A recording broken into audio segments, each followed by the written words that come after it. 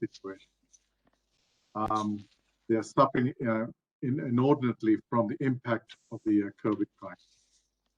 But it has also heightened the need for us to become much more inclusive, not only for the aid community, but for the whole world. And so a lot of the stuff that we paid lip service to before is now an imperative. We have to do it. So for me, it's a real pleasure to be here with you today to discuss inclusion. It's been 5 years since the World Humanitarian Summit in Istanbul called on us to move away from a one-size-fits-all approach to humanitarian action, and to instead provide assistance and protection appropriate to the situation and the needs of the most affected people. It's also been 5 years since the launch of this Charter on Inclusion of Persons with Disabilities and the Inclusion Charter. Since then, we have come a long way in tailoring our response to meet the needs of particularly women and persons with disabilities. The Interagency Standing Committee has endorsed several key documents to guide the humanitarian community on the empowerment of women and other gender issues. The momentum around the inclusion of persons with disabilities has grown with several key milestones, such as the Global Disability Summit in 2018, as you know, and the launch of the IASD guidelines on inclusion of persons with disabilities in humanitarian action in 2019. Inclusion is increasingly being considered for us in humanitarian policy and programming. There's been an increase in inclusion advisor posts and inclusion specialized staff deployed to humanitarian responses. In fact, today there is no other way than to go down this path. Policy discussions, strategies, commitments, and initiatives are taking place in humanitarian entities designed to make humanitarian action more inclusive for older persons, young people, and other diverse groups.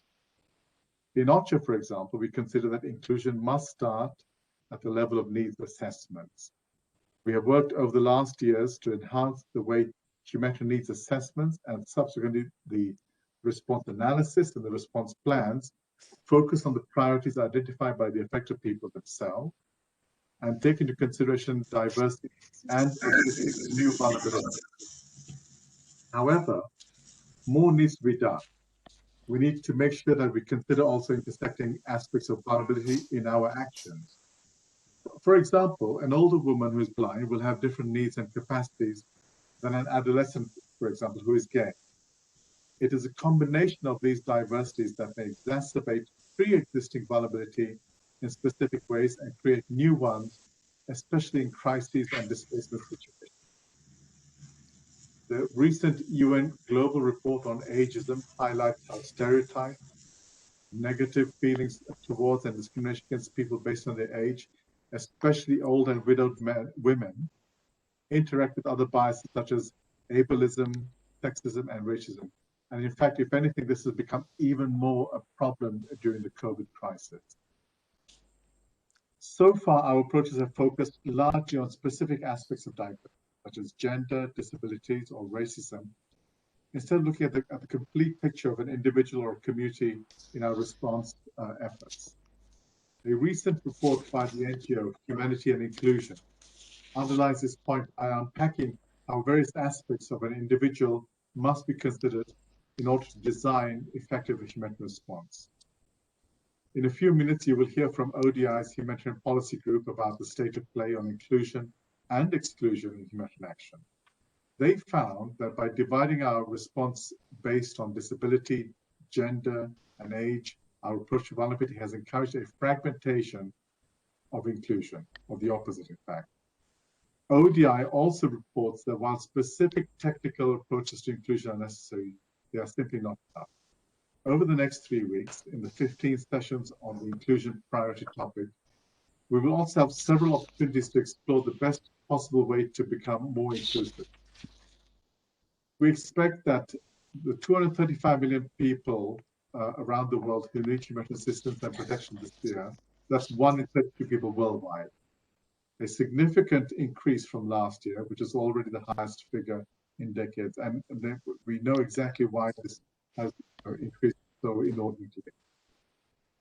The humanitarian networks and partnerships weeks is an opportunity to shape this debate, policy and practice on inclusion.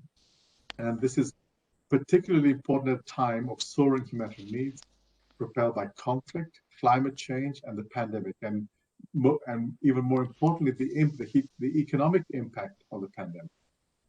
These factors have affected the places where we work, they've compounded risks, they've exacerbated inequalities and vulnerability, as I mentioned, and they've also undermined progress around the globe in implementing the SDGs.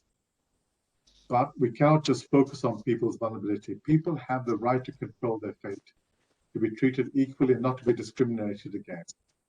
And the 2030 Agenda's commitment to leave no one behind and reach the furthest behind is grounded in these principles of human rights. So they will come and intersect very much with, in terms of our most vulnerable populations. There are many obstacles to reducing inequalities. However, we must commit to do 5 things.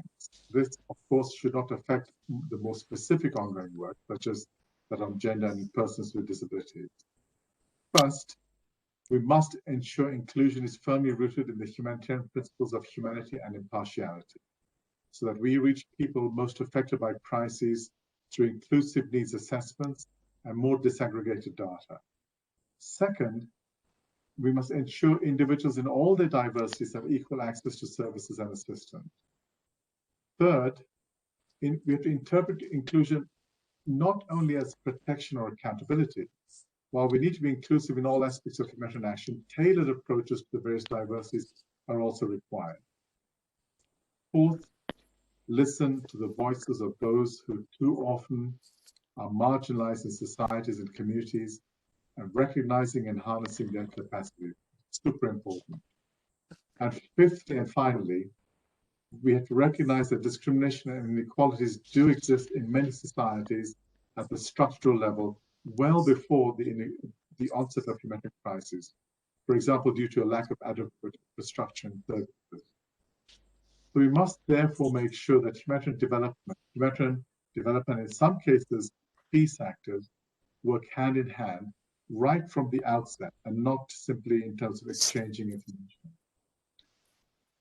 So as I wish you an interesting discussions indeed over the coming weeks, I would also like to leave you with an important statistic. That teams that are gender, age, and ethnically diverse make better decisions up to 87% of the time. So it's a no-brainer. Dominic, thank you very much for this opportunity, and I come to an end here. Thanks again to everyone. Well, Ramesh, huge thanks to you for being with us and share your wisdom and experience with us on this very important topic on inclusion. I know that you need to hop off that call, and really big thanks for taking your time and being with us today, Ramesh, and hope to see you soon. Well, dear friends and colleagues, ladies and gentlemen, it is really first and foremost a pleasure to be here on this Humanitarian Network Partnership Week, and in particular to chair now this meeting or to facilitate this session on inclusion today. It is indeed a fascinating topic and concept for humanitarian organizations such as our own, the ICRC. I am the director of the International Director of Operation of the International Committee of the Red Cross. And I, as Director of Operations of a big humanitarian organization, I see that there is really a gap between what we think we are doing and the reality for marginalized and at-risk groups trying to access humanitarian services. For us at the ICRC, and Ramesh made a reference to the principle of impartiality, inclusion is deeply rooted in the principle of impartiality, in particular, humanity, of course, as well.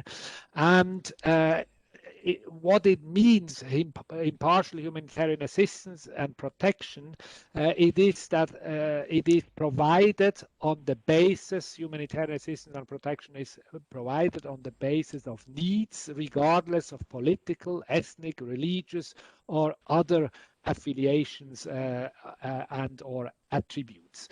And now I find that since our staff in the ICRC and in the Red Cross Red Crescent movement. I think even the humanitarian sector at large have genuinely integrated the principle of impartiality in their work, actually going to great lengths of identifying the most needy and vulnerable people. We tend to believe that our services are therefore by nature inclusive, and therefore everything is just fine. Now, I don't want to talk and speak for other humanitarian organizations, but I definitely see that we as ICRC, we have learned a few very painful lessons on inclusion over the past few years, and our capacity, or actually lack thereof, to be inclusive in our response. And we've learned them through our own assessments, but also through 2 external evaluations that we have commissioned on that very topic. Now, what have we learned? We learned, for instance, that whilst we usually identify very well political drivers of vulnerability, for instance, for people belonging to an ethnic minority in a certain area, and then adopt inclusive approaches to cater for these minorities, we actually very often fail to integrate social power dynamics within such groups that also drive exclusion. And to integrate such an analysis, this requires a better understanding of precisely what Ramesh mentioned, the combination of vulnerability, or that intersectionality. And that is rather, and that is important, rather than labeling entire groups such as ethnic minorities as vulnerable. We need to understand how, for instance, sexual orientation, gender, age, disability, and so on and so forth intersect, and thus possibly exclude from access to humanitarian services. Another example, again, I'm still talking about the ICRC, is our work with physical rehabilitation, with people living with disability. We are running about 140 physical rehabilitation centers across 60 or 70 different contexts, and therefore every year assist hundreds of thousands of people living with disability. So basically, we kind of thought that's it. We are doing our part for people living with disability. Fact of the matter is that because we've been running all these physical rehabilitation services, we kind of didn't look carefully enough at the question whether people living with disability have sufficient access or access at all to other services that we are providing: water, sanitation, food, and so on and so forth. And one example that sticks in my mind is in Goma, where we rehabilitated the water network in a certain area of the town. And once these new water taps started to function and the old ones were decommissioned, we had demonstrations of people living with disability throwing stones at ICRs, at our cars, and we just didn't understand until somebody came and said, have you talked to these groups? And of course, our water engineers, who did a fantastic job, they said, no, we planned, and it was just a perfect plan for our water network. And we started then talking to representatives of these groups of people living with disability, and we realized that some of the old water tap stands, they were located in areas that were much better accessible to people living with disability, and we had to adapt the original plan. And finally, I'm just back from 2 visits to Tigray. obviously, this is now a situation where needs largely exceed humanitarian capacity of all organizations combined, and our focus is on scaling up our humanitarian response rather than immediately understanding the social power dynamics and intersectionality. And that is why, and Ramesh also mentioned it, it is so important to not just try to be inclusive in our programming, but be inclusive as an employer, and to have the type of mixed and inclusive teams that are more and better capable to pay attention to inclusive programming. We thus see internal diversity and inclusion not just as the right thing to do, it is also the effective thing to do for inclusive programming. So I think we are not where we are supposed to be, where we would like to be on inclusion. I am, on the other hand, encouraged by the progress we have achieved and we continue to make. And as we move forward, I am convinced that we will learn more and better how to become not just a truly inclusive employer, but also a more consistently inclusive humanitarian service provider.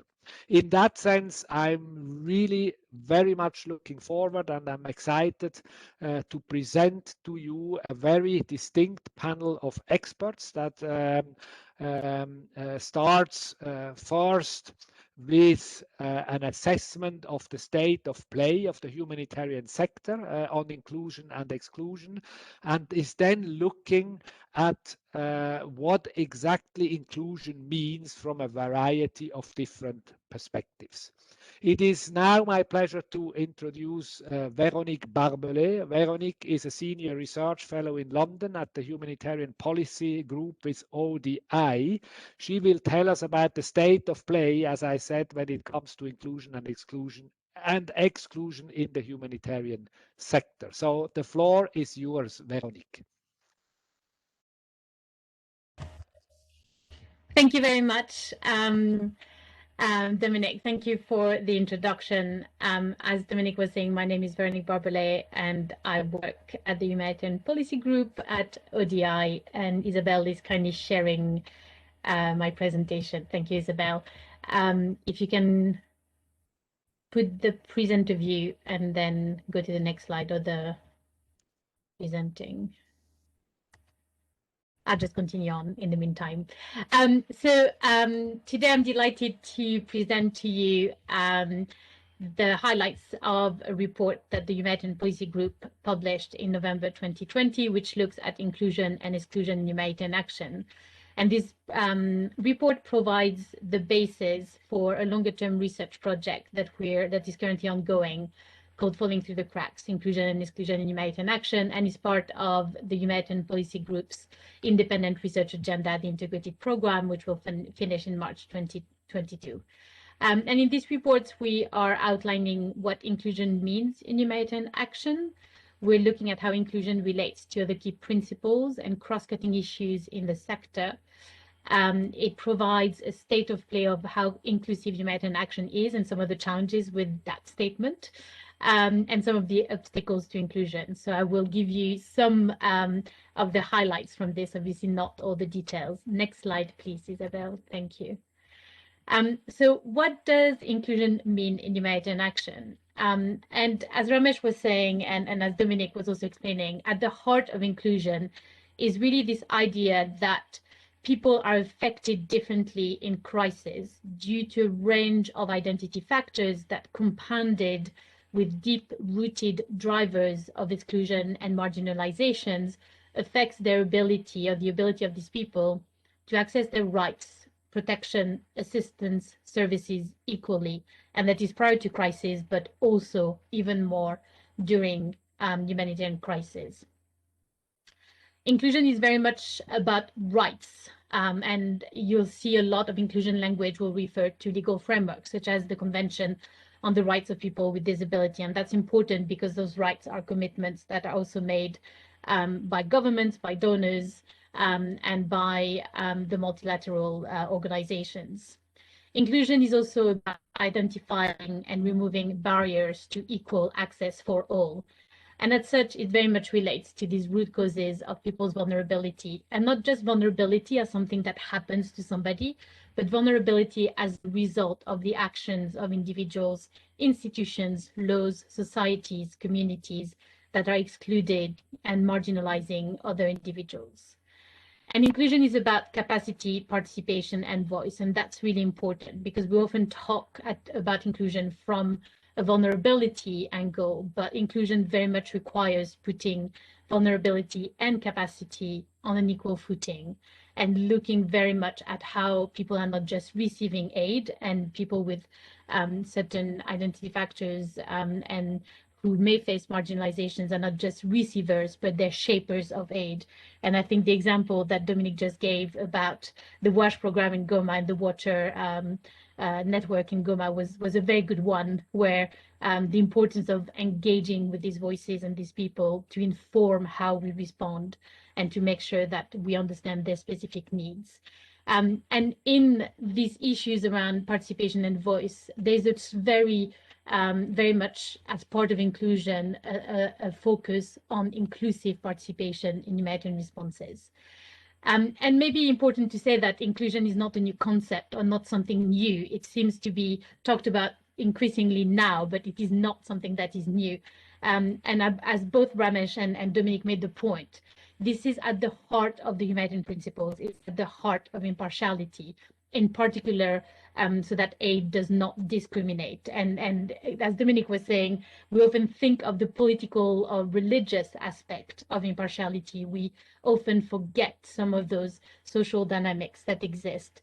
And I would add, in our research that we're doing at the moment, we're finding very much that impartiality is assumed in a lot of these situations, rather than really thinking about whether the humanitarian action is inclusive. So we assume that we're impartial. We do not want to exclude as humanitarians. Therefore, it does not happen. But we often forget to check that. Inclusion is also embedded in the work on protection, and that's both because of the focus on rights, but also because of the focus on this addressing these specific needs, the need to tailor program and understand the specificity of needs, not just needs as everybody needs them, but very specific needs. And finally, inclusion is very much linked to accountability to affected people, given the focus on participation and voice. Next slide, please. So how is the humanitarian system faring in terms of inclusion? How inclusive is humanitarian action currently? Well, actually, this is really hard to know. And this is hard to know because there is no one agreed set of indicators to measure inclusion. And without this set of indicators, well, there are efforts made, for example, increasingly through disability audits, for example, that look at how inclusive humanitarian responses are. Without such a set of indicators, inclusion is not generally or systematically measured, monitored, or evaluated. For example, it's rarely comprehensively evaluated in humanitarian evaluations. However, there's enough anecdotal evidence that confirms a trend, and that trend is that too often those that are most marginalized and excluded in society fail to be supported by humanitarian responses. The literature points to evidence in particular regarding people with disabilities, older people, people of diverse sexual orientation, specific ethnic groups and clans, exclusion linked to language, for example. The evidence points to the many efforts that are made by, for example, gender empowerment, and more recently, the drive to tackle disability inclusion. But there are many, many blind spots that remain. And language is one that I would like to mention, but older age could be another one that often are still issues that we do not think about in our humanitarian responses. And even where policy commitments and practical guidance exist, unfortunately, we're not seeing in responses, we're not seeing those being translated in inclusive outcomes for those most marginalized or excluded. Next slide, please. So why is that? Well, there are a number of reasons, and here are 5 key ones, and I won't go into all of them because of time. But I wanted to look at two, and these were somewhat alluded to by Ramesh and Dominic already. The first one is this issue with how, as a sector, we tend to approach vulnerability in a categorical or fragmented approach. So we look often, and I'm sure many of you who've been implementing humanitarian responses for years have had this famous long list of vulnerable groups, often including pregnant and lactating women, children under 5, and usually you see that very, very long list of people. Well, there is a problem with that. One is that vulnerability, inclusion, and marginalization is very context specific, and not all women and girls are vulnerable or need the same assistance and services. Individuals are often marginalized, as Ramesh was saying, not because of one, but because of multiple factors. And so these group categories or this fragmented approach to vulnerability often prevents us to understanding the intersecting of different factors in our analysis, but also in how we respond then to that analysis.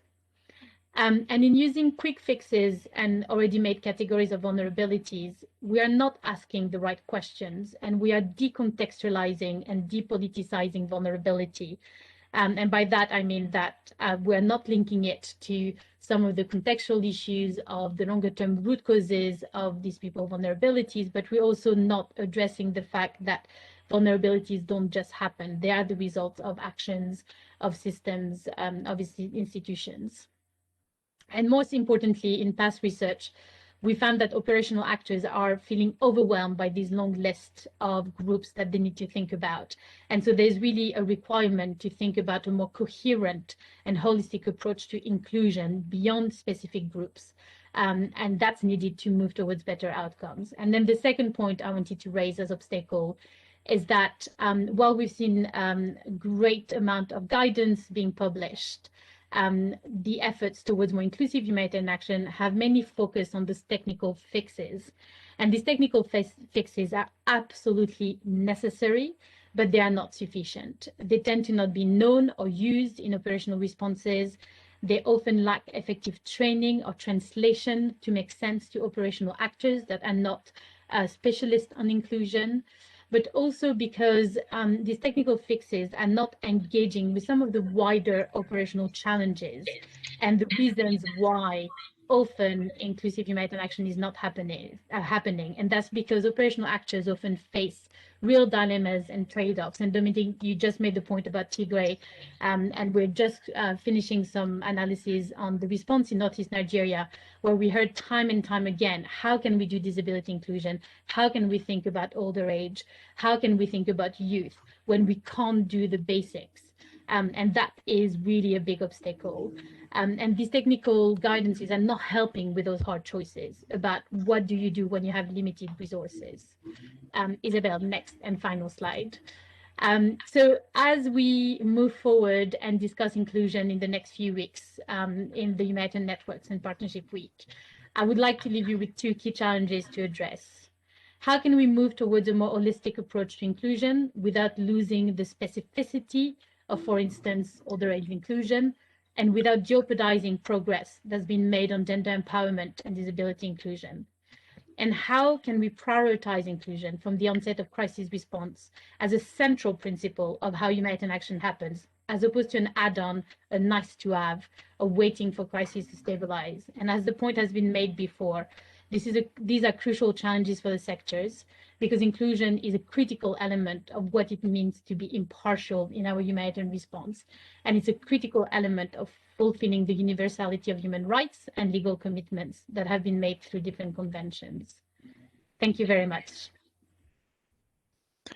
Excellent, Veronique. I like the two challenges that you put to the group, and I think we should keep these two challenges on our mind throughout the week and participating in these various events on inclusion. We will now hear what inclusion means from the perspective of different groups who are often invisible in humanitarian response. For time limits, we will not obviously be able to look at this from all perspectives. There are, for instance, no speakers for persons with disabilities or for gender, also because, Veronique, you said it, is perhaps these are the areas where we made most significant progress. As you will hear later, however, these topics will be largely covered in the sessions of the coming 3 weeks, and please do not hesitate to participate in them. So for now, for the next section, every speaker will have 3 minutes for his or her intervention. We will start with a short video from HelpAge International that is describing the challenges that older persons and persons with disability may face in humanitarian action.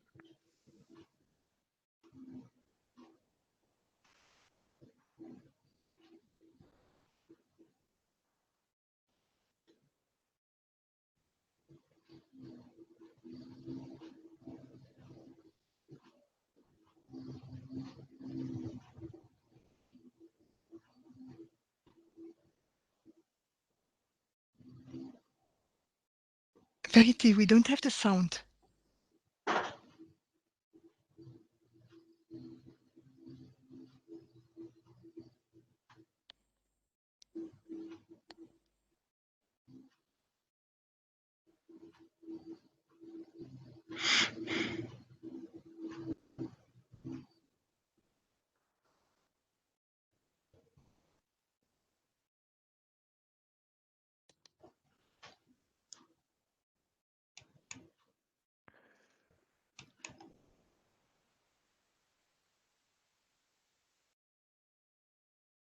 Okay, I'll give it another 10 seconds, and if it doesn't work, I suggest we move on.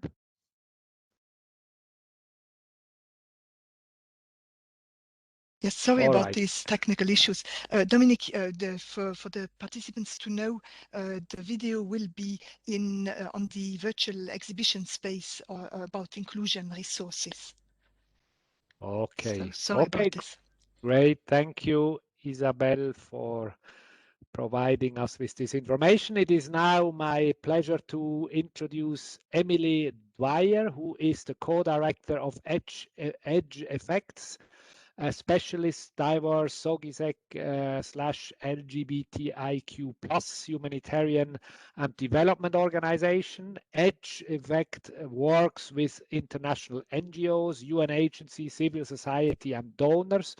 Their most recent report, The Only Way is Up, was commissioned by UN Women and provides a systematic analysis of why LGBTIQ plus people are left out of so much humanitarian response activity.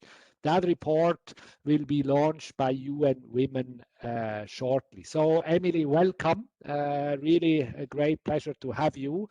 So please tell us, what does inclusion in humanitarian action mean for SOGISEC or LGBTIQ plus people? Thank you, Dominic. Well, what does it mean? It means something that simply doesn't exist at the moment. The unfortunate truth is that the humanitarian system systematically fails LGBTIQ people. I don't want to sugarcoat that. It systematically fails LGBTIQ people. And we recently examined 3 current humanitarian responses, and we found evidence that was depressingly familiar. Both assessment and at response level, at thematic level, fail to acknowledge even the existence of LGBTIQ people, far less allocate funds, set priorities, or specify programs that address the rights, needs, and strengths of LGBTIQ people. And I say depressingly familiar because we see this same problem pretty much everywhere we look. And I think it's really interesting that we want to move on to a holistic and intersectional approach. And a lot of our organisations are, at this stage, not even really aware of what a diverse SOGIESC approach would be, far less how to merge that in with other forms of marginalisation. Maybe if you go to the next slide, Isabel. Oh, that one. Thank you very much. So we recently asked humanitarian actors and LGBTIQ CSOs why we keep finding the same thing, and they told us five reasons. So firstly, there's insufficient financial resources.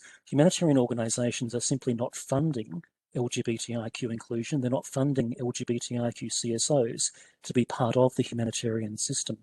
Secondly, there's insufficient capacity within humanitarian organisations. So this means that humanitarian organisations don't train their staff in how to do safe and effective programming with LGBTIQ people. They aren't changing their tools. They're looking at their tools to see whether they're fit for purpose for working with LGBTIQ people. They're not developing partnerships with LGBTIQ CSOs. And they're not thinking about norms like heteronormativity or cisnormativity. Which means that they're not thinking about whether they're sort of inherently assuming that people are heterosexual, assuming that people are cisgender, and designing programs which inadvertently discriminate against people. So what does inclusion mean? Well, it means the reverse of all of those things. It means allocating funding. It means building capacity. It means setting LGBTIQ people as priorities because compared to other inclusion priorities. It means addressing the fear of doing harm by building the capacity to actually work safely and effectively with LGBTIQ people. And it means addressing government policy and social discrimination in the countries that we work in. It means actually using their advocacy power to change. Next slide, please. All of the kinds of factors that I've mentioned actually sort of work systematically. So they can't be addressed individually. And that's sort of one of the things that we really found through our research, that all of these factors interact and create a context where it seems like change can't happen. But when you have a problem like this that is a complex problem, what we need is a complex and systematic response. And so the final slide, what we're looking for is a global approach. So in the same way that for disability, for age, for women, there have been processes at a global level, there needs to be a process for LGBTIQ people. Everyone needs to take responsibility. So within your own organisations to learn. There needs to be research and monitoring to support this systems-based approach. To go back to the first point, if we're not including LGBTIQ people in assessments, then we don't know what they need and we don't know where we are. So it's really hard to talk about inclusion. Thank you. Thanks a lot, Emily, for what is a sobering, honest assessment of where we are with regards to inclusion or lack thereof of LGBTIQ people. Really, thanks a lot for that. Let me now move on and introduce Titus Letapo, who is the Director of Community and Programs at the Sarara Foundation, a Kenyan-based non-profit organization which champions the community conservation model in northern Kenya. Titus, you are most welcome. And the question that I would like to ask you is, what is your experience of inclusion as indigenous community leader? Your experience of inclusion, of course, in humanitarian action. Titus, the floor is yours. You have 3 minutes. Yeah, thank you, Dominic, and hello, everybody. I would like to thank everybody and mostly the organizers of this very important event for giving me an opportunity to provide or to speak about my experience of inclusion as an indigenous leader within the Samburu tribe of northern Kenya. And as he mentioned, I work with the Sarara Foundation, which is a non-profit organization that support a long-term paradigm shift designed to catalyze a healthy, resilient landscape for both wildlife and people. And when we speak about inclusion within the indigenous people, especially the Samburu tribe, it means allowing the community or maybe the indigenous people to make their own priorities, find their own ways of, let's say, dealing with risks and responses, and supporting them, or maybe enabling them to be able to deal with the situation themselves. As a Samburu community, we are faced by several challenges that hinders more humanitarian responses or actions. one of the main major challenges that faces the community here is lack of communication infrastructure to access critical information.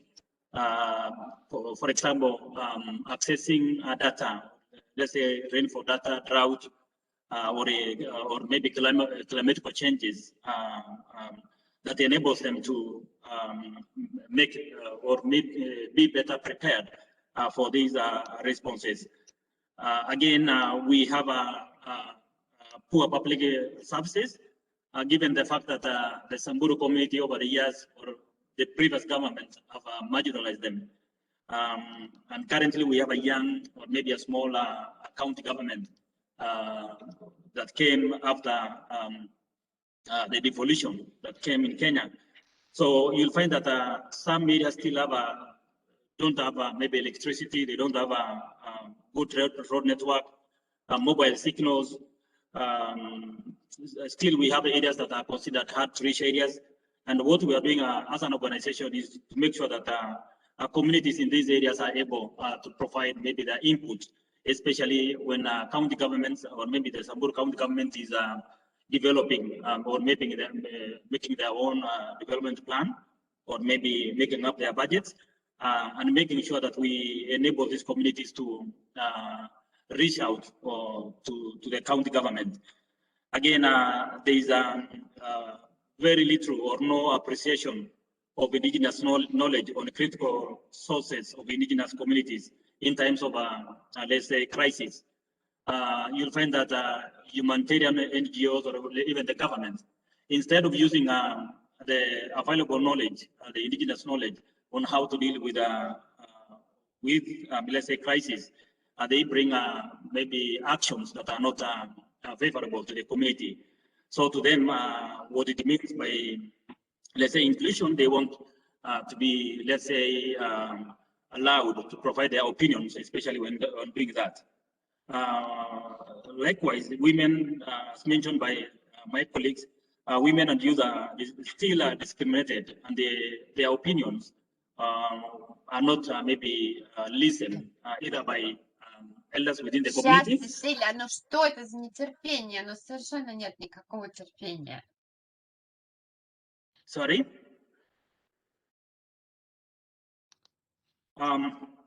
So there was an interruption there. So finally, when we talk about inclusion for indigenous people in humanitarian actions, we need to maybe to address the challenges by improving communication, recognizing and documenting use of traditional knowledge, build indigenous people capacity, and even expose the indigenous people to other parts of the, let's say, to other areas where indigenous knowledge is maybe available. Otherwise, thank you very much, and possibly I will take the questions later on. Thank you. Okay, thank you so much, Titus, for sharing your very valuable experience from the north of Kenya.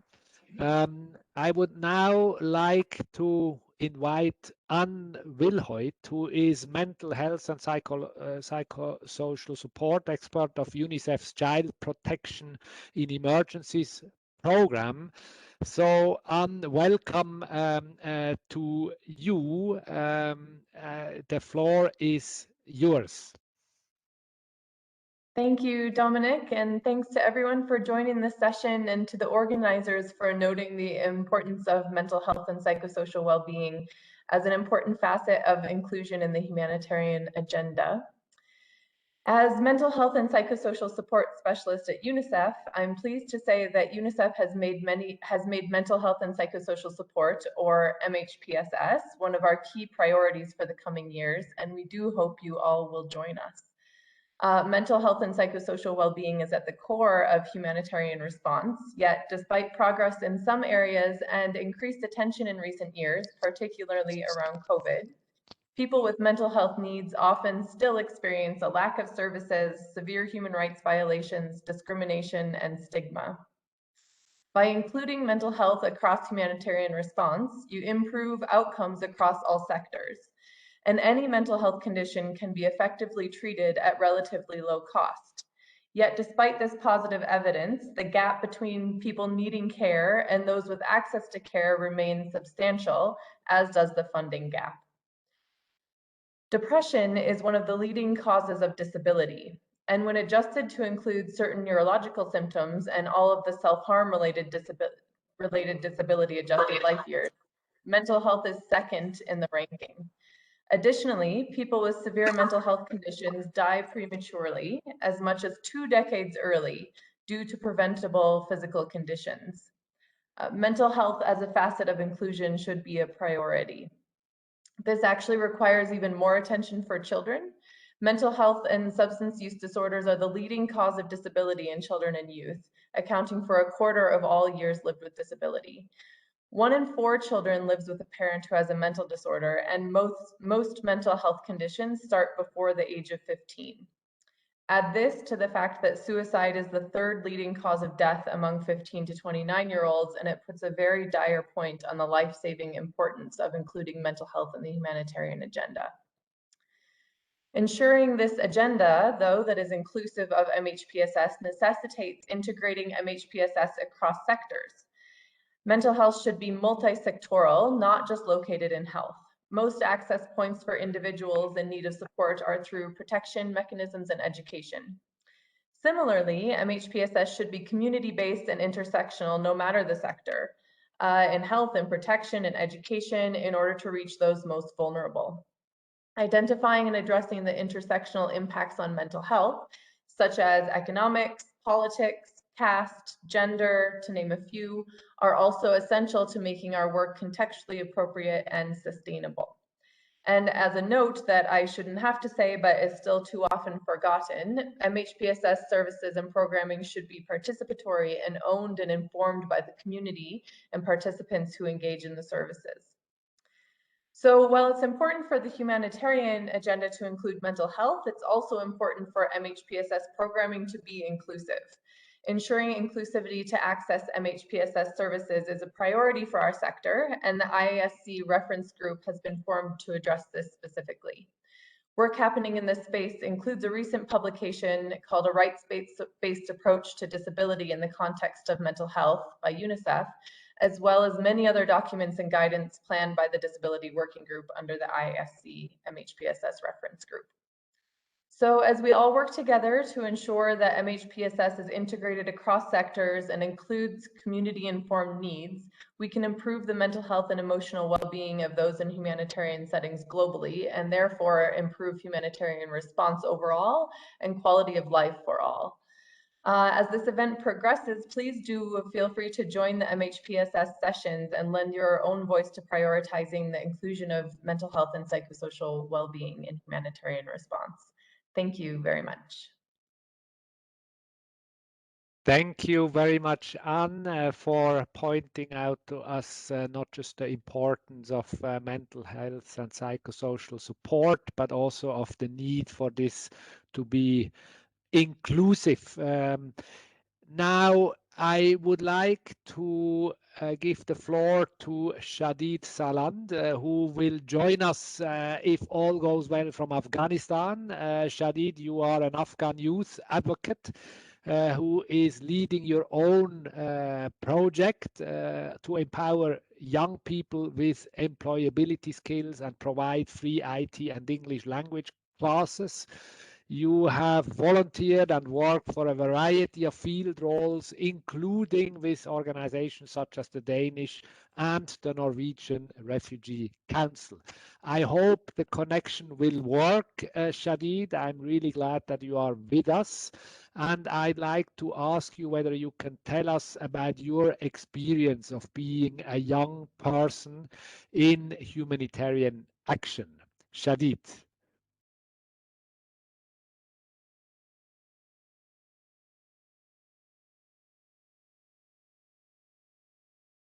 Hello, Shadid. Can you hear us?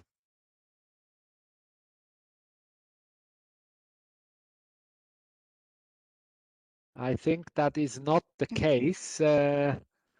Isabel, is there any fallback option? Unfortunately, no? No, unfortunately. Shadid, can you unmute yourself, perhaps? Yesterday it worked when we rehearsed, but today he was fairly confident that the connection would work today. He's calling in from Afghanistan, so. Okay, look, what we will do is we will just open the floor whilst perhaps Shadid, we can try to reconnect and then join us. But I would like to now invite all the participants to provide feedback on what they've heard, their own experiences, questions to the few interventions that we now heard. You can use the chat box, and if you have difficulties, please just take the microphone and speak, ask your question, share your experience.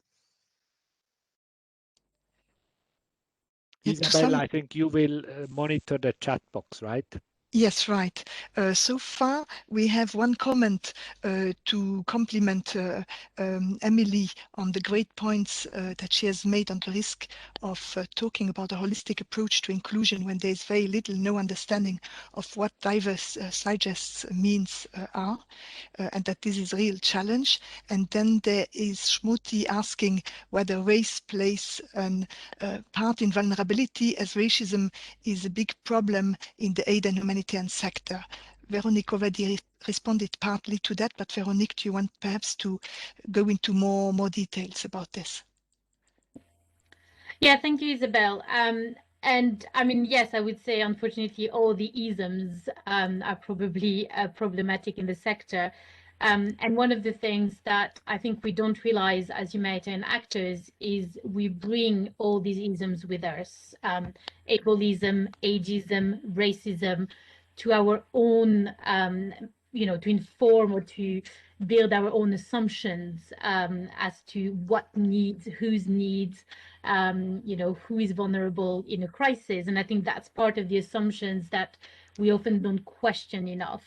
And that can be in terms of disability prevalence, in terms of our understandings of what gender-based violence means for men and women, for LGBTQI people, which may look very different. So we have a way of looking at the world, and we forget to get that in check. And I think that's where often humanitarian actors don't think they're being impartial, but actually are not. And one of the things that I found most helpful in trying to check that some of those assumptions we're making is also asking this question of who are we not seeing?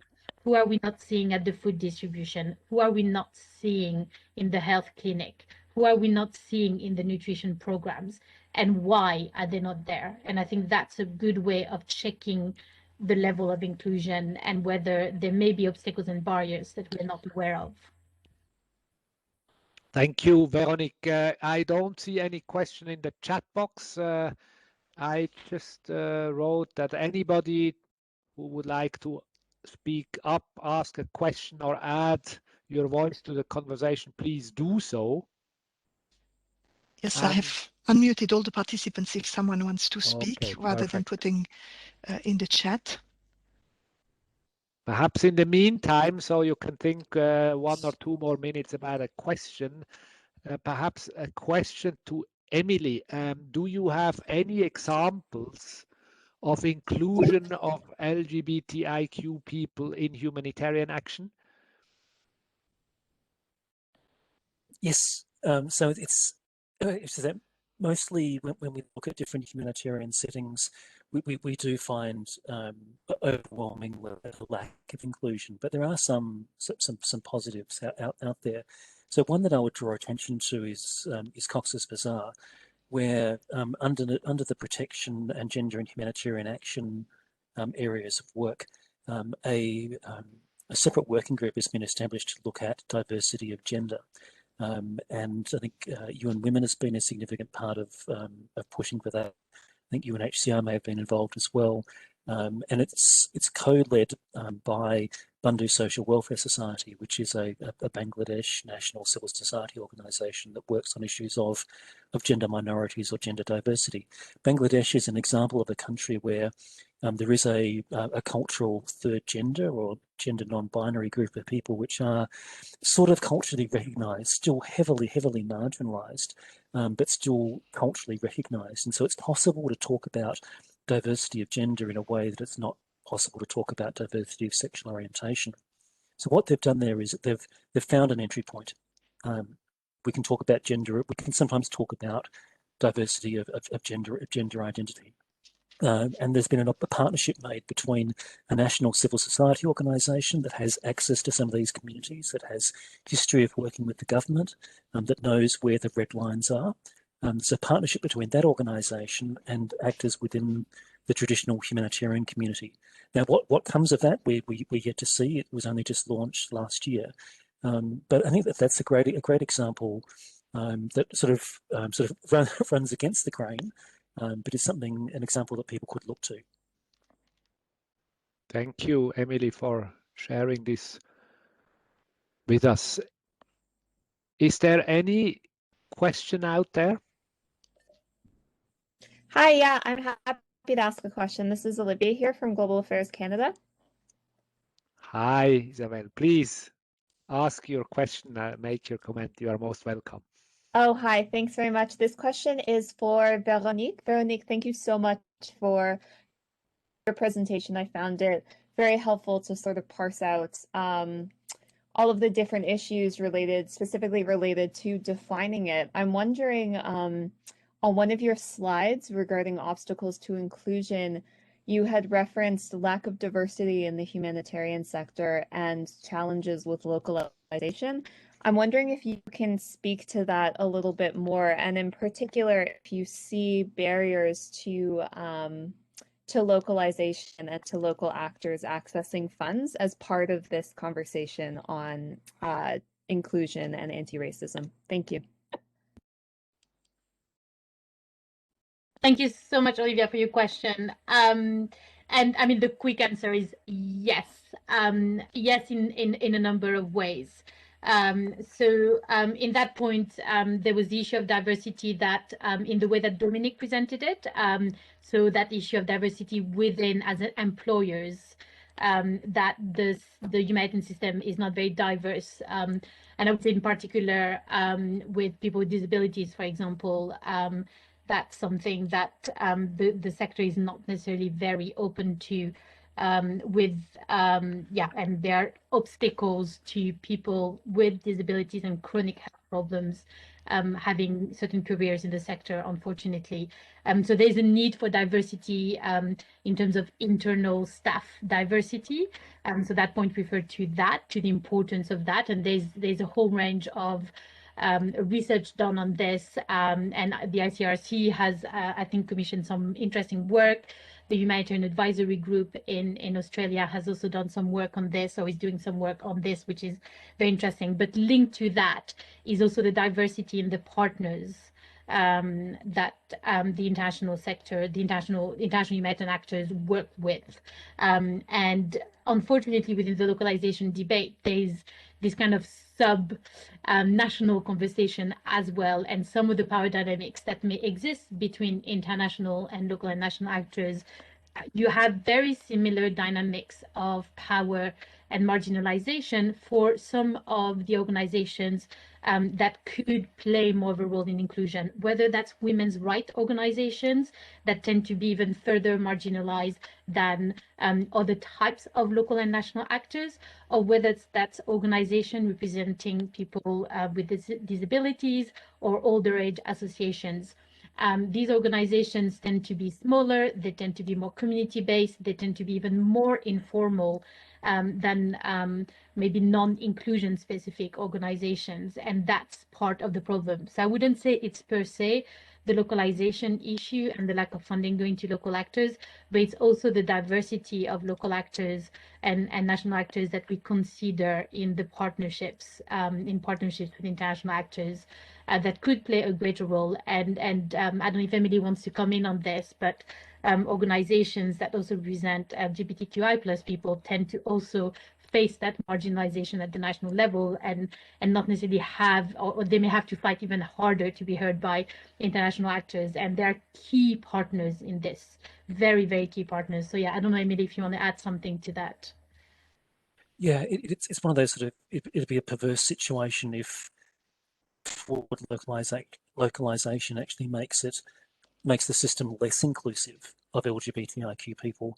If there are still 70 odd countries around the world where aspects of sexual orientation are criminalized, there are still plenty of countries where a variety of national governments and national policy actively discriminate against LGBTIQ people, where some faith-based organizations, which are often central to humanitarian response, actively discriminate against LGBTIQ people. Not all faith-based organisations, some are very supportive, but some aren't.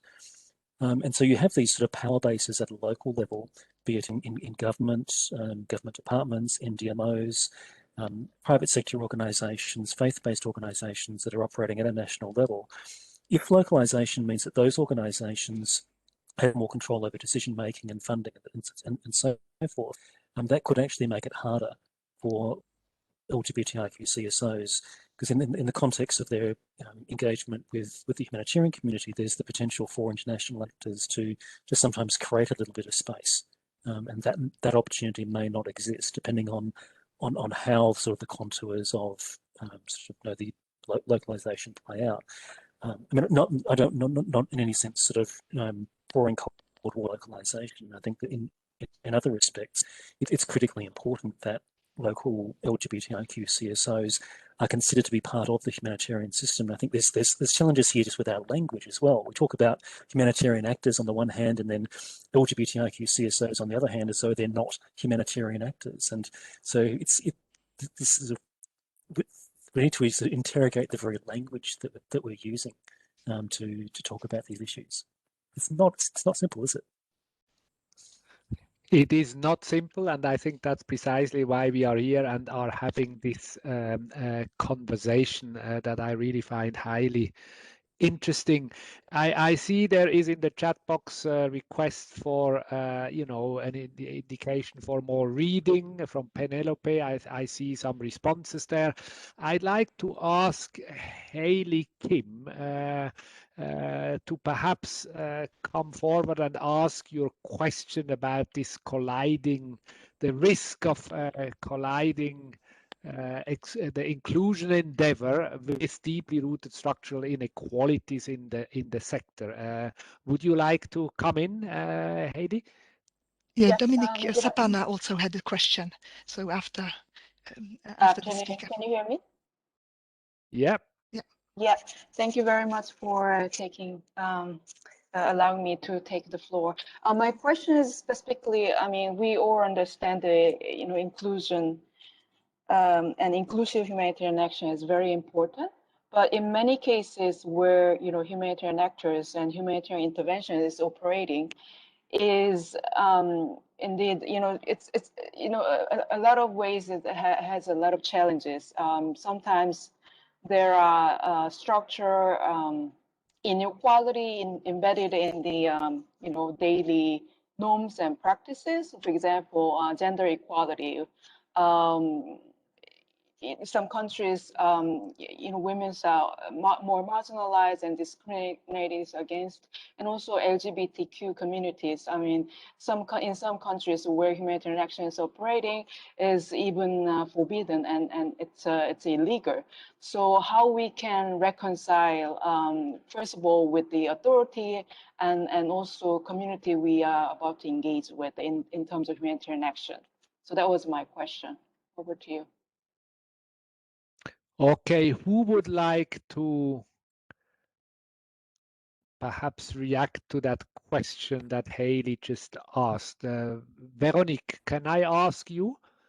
Yeah, I'm happy to.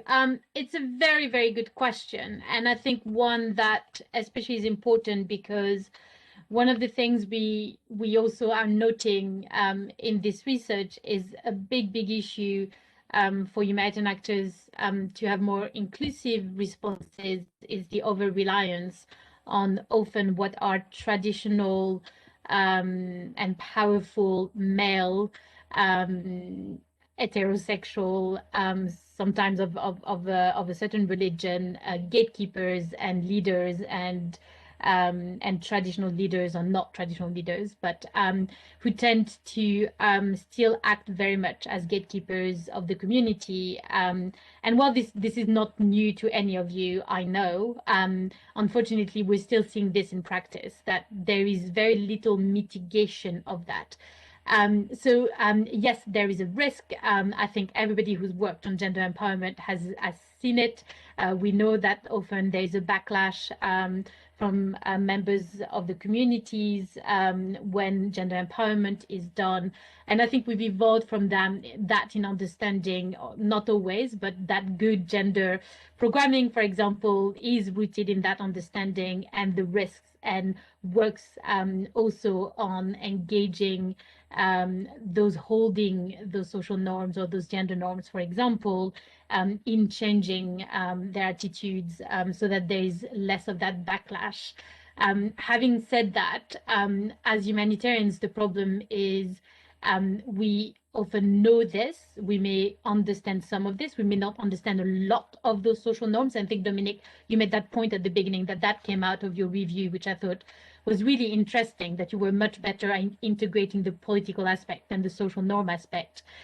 However, while it's complicated and complex, and you may not change the social dynamics and the social norms, you need to program with that in mind. You need to understand the implication for different parts of the population with that in mind, and create some mitigating mechanisms that allow you as a humanitarian to stay impartial effectively, not assume to be impartial, but to effectively act as an impartial actor with those social norms in mind.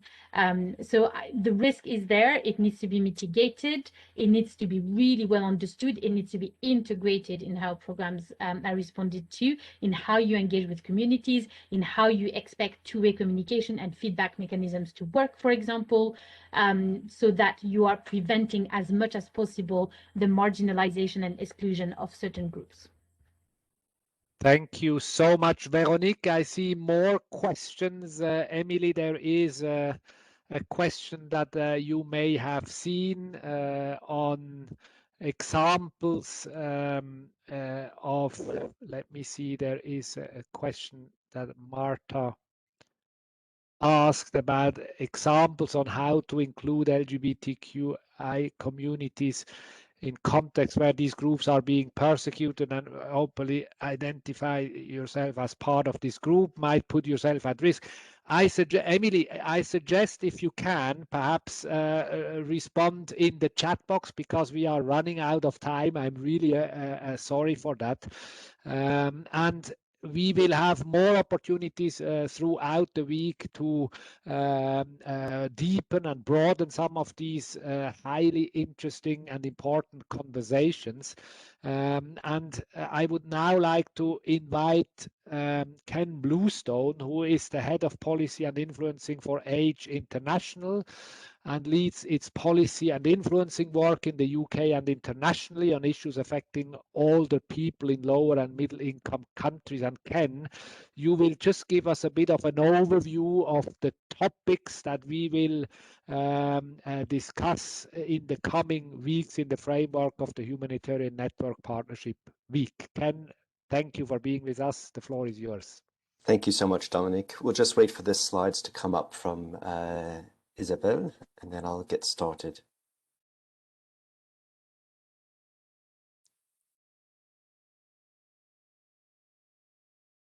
That's great. So look, let me just first of all begin by thanking UNOCHA for making inclusion as one of the priority topics for HNPW 21. And to say on behalf of Age International and Help Age that we're really proud to be partnering with you on this important topic. I want to call particular attention to the role that Isabelle de Musset has played in making this happen. As we've been hearing, inclusion is a topic that goes right to the heart of what makes for an effective and meaningful humanitarian response, yet we've already covered quite amply that this is still beset with many obstacles and challenges for putting it into practice. And that's why over the next 3 weeks, it's great that we're going to be benefiting from so much knowledge and expertise from yourselves and many others. And with their 15 sessions that are being covered under this priority topic that are going to tackle different aspects of inclusion. It's not my intention. I'm not going to describe each of these sessions in full, but I'm just going to try to highlight some of the themes running through the sessions that you may wish to explore and hopefully encourage others to engage with as well. Next slide, please.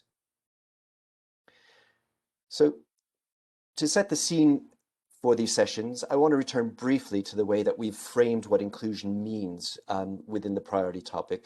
We've already broadly outlined 4 key areas that help define what inclusion means in practice: impartiality and rights, equitable access, specific and diverse needs, and participation and accountability. And I don't have to cover these because Veronica has already gone through them in her introductory remarks, but it will be helpful to help us to introduce the sessions that are coming up in the next few weeks. So next slide, please.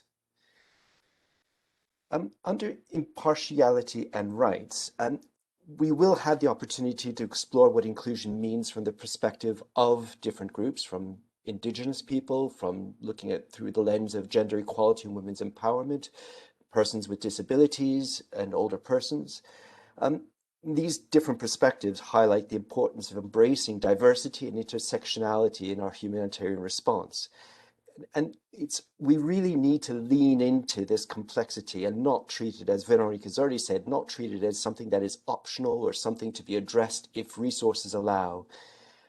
Equally, we have to be mindful of the power imbalances that lie at the heart of humanitarian response.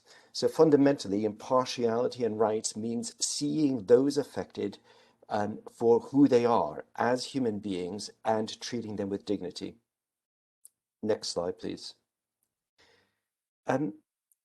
With regards to equitable access, there are at least 3 sessions. I say at least because I've only highlighted 3 here, but undoubtedly other sessions will also be touching on this in different ways. And again, these are not just technical fixes. We do need to get down to the nitty-gritty of some technical fixes, but they do point as well to the necessity of understanding how practical measures and technological solutions can underpin a more meaningful and effective approach to inclusion. So we need the technical fixes, but it's what they do to broaden out that space, and how do they allow for other aspects of inclusion to also be possible. Next slide. Veronica also pointed out the importance of being specific, and to achieve better inclusion, we must have the right framing and principles, but we have to be specific with the diverse needs of those who need the assistance. We're going to benefit enormously from the learnings from disability communities, the organizations are working in that space throughout the whole of the priority topic sessions on inclusion, and rightly so. And it's partly because of thanks to the reframing of disability rights, and attitudes towards people with disabilities have changed through the creation of Convention on Rights of Persons with Disabilities, that this is possible. And why so much greater attention focus is being given on how the protection of rights rights of people with disabilities can better be achieved. From speaking from the perspective of an organization works with older people, we also hope that a similar clarity can be achieved from the rights of older persons through the creation of a specific convention for older persons, and this will also eventually help to inform humanitarian response. And I did want to point out, and it was great that we had the intervention earlier on about a mental health and psychosocial support from UNICEF, and that there is a specific focus on this that you're all, of course, invited to take part in later on in the week. And this is an aspect of inclusion that can too easily get overlooked, so it's very good to see it represented here. Next slide, please. And then the last section is around participation and accountability. Being seen, being heard, having voice, and having agency. These fundamentals of participation and accountability will be explored across a number of sessions in the coming weeks. Of particular interest is the range of responses under this theme, from using tools like the Joint Intersectoral Analysis Framework to working with the private sector to interagency guidelines on working with younger people. It will be useful to see how accountability actually can be used to truly strengthen these different experiences that are coming out in our discussions around inclusion. And next slide, please. And so finally, we're going to wrap up the 3 weeks of the priority topic with a specific session on that will culminate on the 5th of May, which will help us take stock of the lessons learned and hopefully help us to identify some concrete steps that we and other stakeholders can take forward to put inclusion into practice more effectively. And Veronique is going to lead that. We're hopeful that all of these sessions together will help us to understand how inclusion is integral to the successful achievement of the core objectives of humanitarian response. And finally, please do visit the inclusion resources part of the website. It's a shame that we weren't able to actually listen to and watch the video on the experience that older people with disabilities have in humanitarian settings, but you can see it there. I do encourage you to go watch it because it is revelatory in its own way. So I wish you all very well for a successful few weeks. Thank you very much.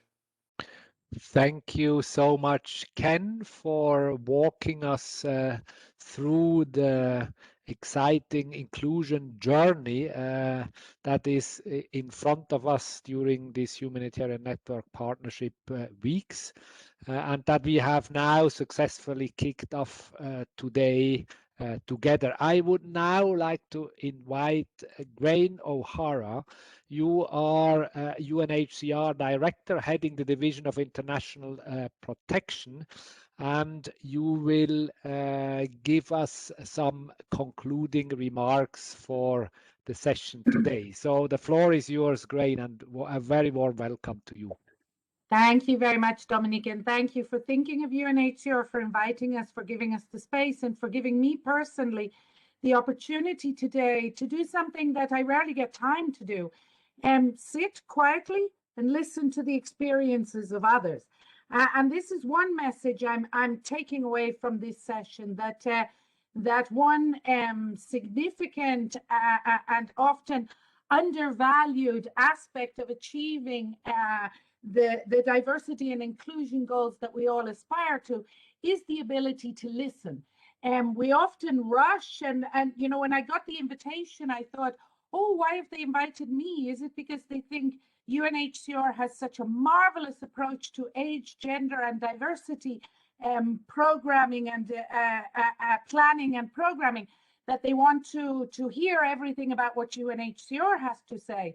At the close of this panel, I'm very humbled from having listened to the variety of experiences of others, and realizing that, proud as we are from a UNHCR perspective, and I come to you wearing a number of different hats. Of course, you introduced me with my official title, Director of the Division of International Protection. I wear an additional hat to one side in representation of the Global Protection Cluster, and it's led by UNHCR and its different component parts. And I wear another hat jauntily, temporarily to the other side, in representation of UNHCR through the role we play as the co-lead, together with our colleagues in UNICEF, on the IASC Results Group 2 on inclusion, diversity, and accountability issues. But as I say, listening to all of the wealth of experience I've heard from your different panelists, and chapeau and congratulations to the colleagues who pulled this event together, because you have achieved what I assume would be your first objective in reflecting a level of diversity and inclusion in the participants on a discussion around these topics. And I think, rather than, and not least because the clock is ticking on, rather than talk at length about different experiences of UNHCR or my past experience, I think I would like to leave you with just one lesson that I am taking away from this discussion. And it's very much around the question of courage. What I've heard time and time again, or what I draw out from the presentations I've heard today, is it takes courage to really achieve progress on diversity and inclusion. I think sometimes as humanitarian actors, and Emily, one of your panelists, I was intrigued and it resonated with me when she questioned in one of her responses, you know, some inbuilt potential prejudices or assumptions around our own humanitarian language, and wrapping ourselves in the cloak of humanitarianism, sometimes on the assumption that that makes us good, tolerant, inclusive, and respectful individuals. And what I'm taking away from today's discussion is it's not safe to assume that. We have to challenge ourselves. We have to constantly revalidate our own contributions and those of our organizations. And courage is a watchword that I'm going to take away from today's discussion, that we have to have the courage to follow through on the commitments that we often articulate in support of diversity and inclusion, and yet we have such a long way to go to make them genuine operational realities in a way that shows that we have the courage also to give up the grip that we hold on certain aspects of power and be genuinely inclusive and respect all aspects of diversity. Thank you very much, Dominique. Thank you, Grain. That was really very well said.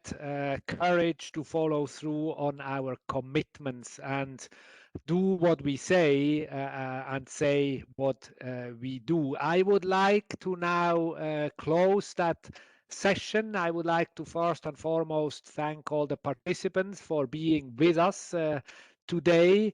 I'd like to also express my heartfelt thanks to Ramesh, who is now not here anymore, but in particular to those who were providing also this very interesting and important input. Veronique, Emily, Titus, Anne, I'm sorry, Shadid, I don't know whether you can hear us, that you couldn't be with us. We would have really loved to hear you from Afghanistan. Thank you to Ken for providing the overview on what's happening on inclusion the next few weeks. And Grain, again, thank you for your very, very wise words to conclude the session.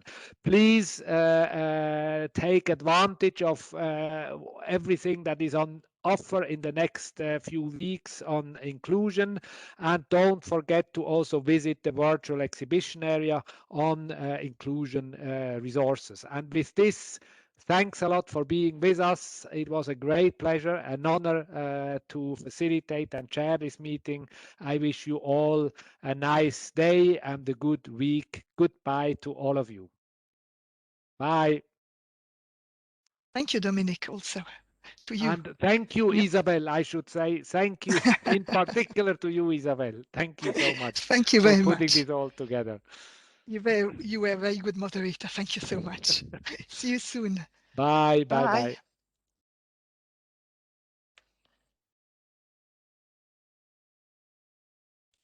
Thank you.